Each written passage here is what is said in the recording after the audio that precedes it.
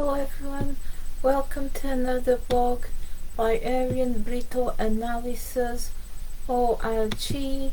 We are a one woman's vlog and you see me toddling. I cannot see myself and I'm trying to make sure I am alive.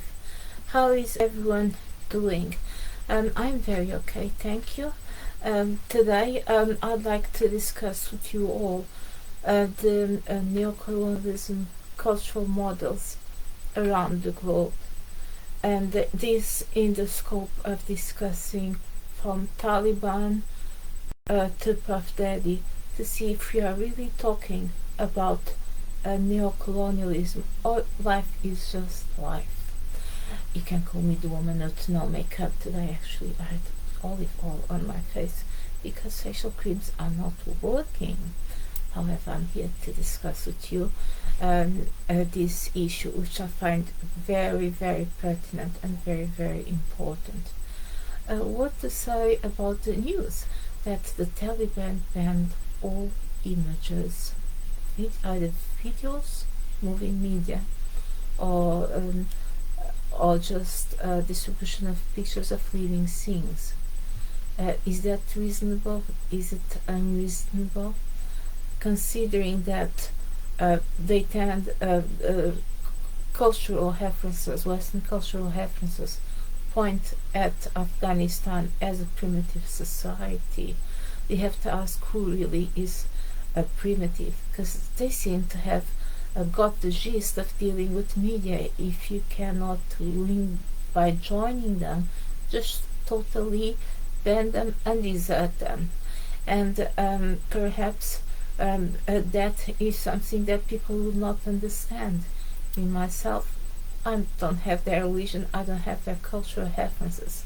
However, when you're trying to fight colonialism and neo-colonialism, and you're doing that at the highest level, maintaining a population of different tribes, of different costumes, of different cultural shifting. Some shift to Iran, some prefer the influences of Pakistan.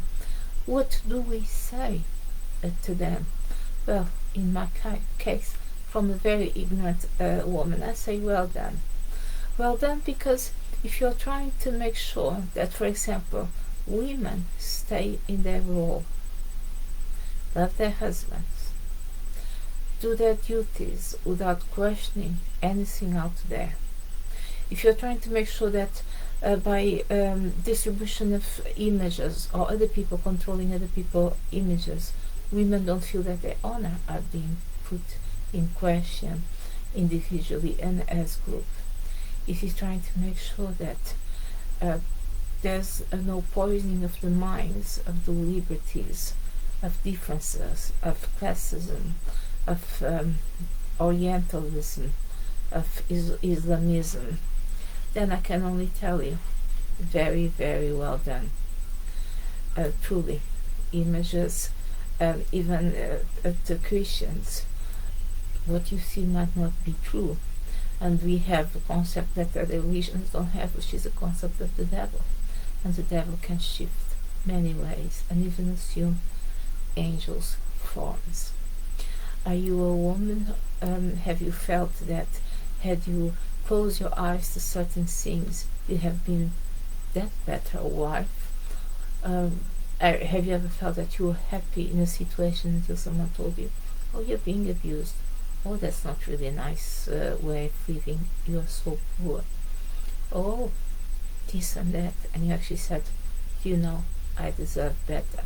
But what is better? Materialistic things you do not take to heaven. Is that what you are choosing to say is better? In my case, I can only say that I'm not here to judge others. I'm not here to question other people's cultural and religious orientations. I'm here just to dissect them from the point of view of how different societies and different cultural groups are claiming all around the globe to be fighting American neo-colonialism, American cultural oppression. And if we leave them for a few minutes and we look at Puff Daddy's scandal, can we say that Puff Daddy is any different from those men who the Taliban said they were fighting initially, those pedophiles, those police officers who would sleep with children and who were supported and promoted by American forces? Not really, because guess what? That's what now is being said in certain fringes of American society, not just Afro-American communities.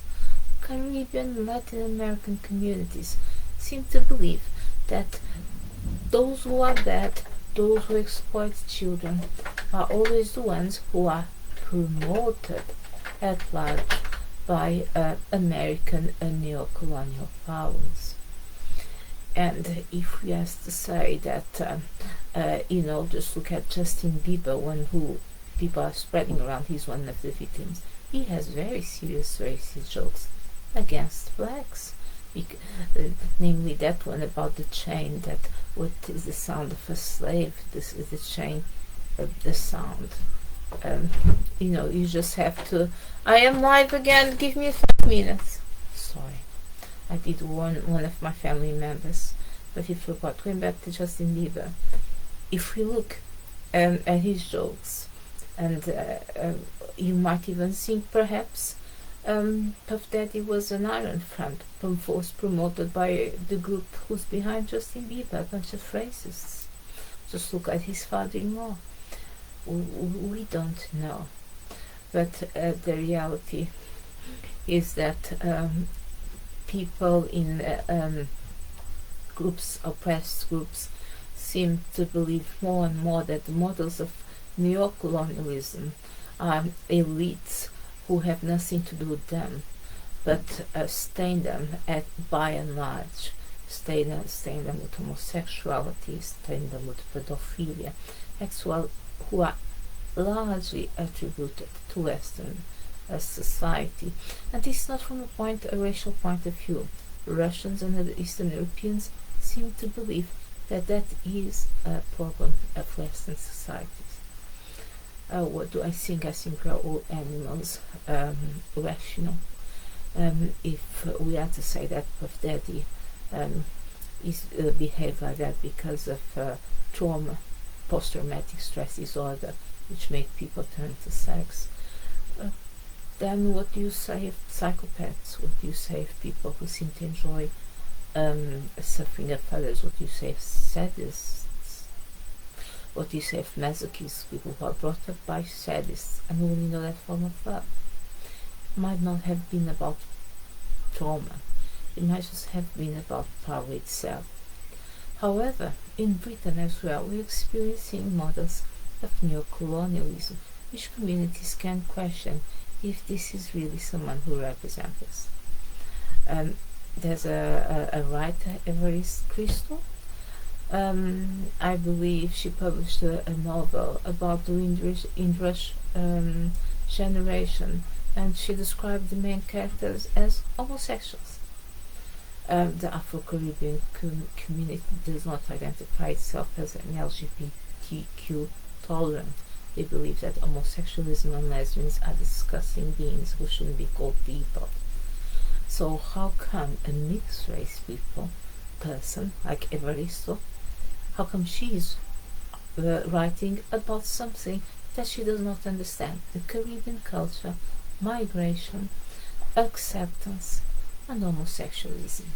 Considering she's a mixed race woman who stated that when she used to pass by her black African father, she would cross the road because she believed that black people were bad. And considering that she dwells above all in the midst of white persons, you will think, how dare she control the narrative, control the voices of the Afro-Caribbean community in Britain. This is another typical example associated of models of neo-colonialism. If we still believe that people in power, they are sucking the money off, they are victims of coup d'etats on behalf of Western countries, while the people suffer. if we still believe that pedophilia and homosexuality is a white thing imposed on the other races and this does not reflect their race or culture, if we still believe that mixed race people, especially the ones who don't belong in such and such cultures like the Caribbean, are still overtaking and raping directly and indirectly the Caribbean heterosexual community, what can we do to see that the world is different? We can ask, is the world really different? And is America really the bad guy?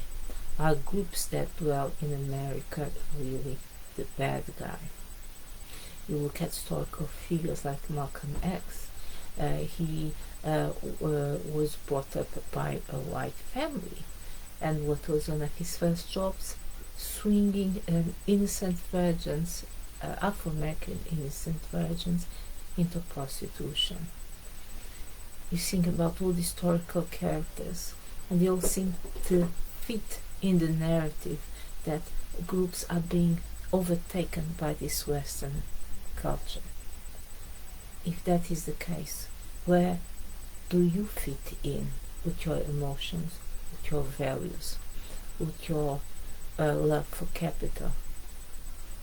If that is the case, would you say that the world does not have hate, that hate is not inherent to the world, because human nature is quite bipolar, and there's a lot of evil people in the world. We all have to live with everyone else's differences and accept everyone's differences, tolerate or not tolerate them, exclude them or not exclude them. But why do so many people gravitate towards American culture? Via music, via videos, via way of dressing, via values. Because perhaps the American culture still gives them the tools to act and legitimize their practices, their ambitions. And if you are going to sing sexual practice as well, look where Puff Daddy is now. He's in prison. Thank you so much. Have a fantastic week. Bye bye.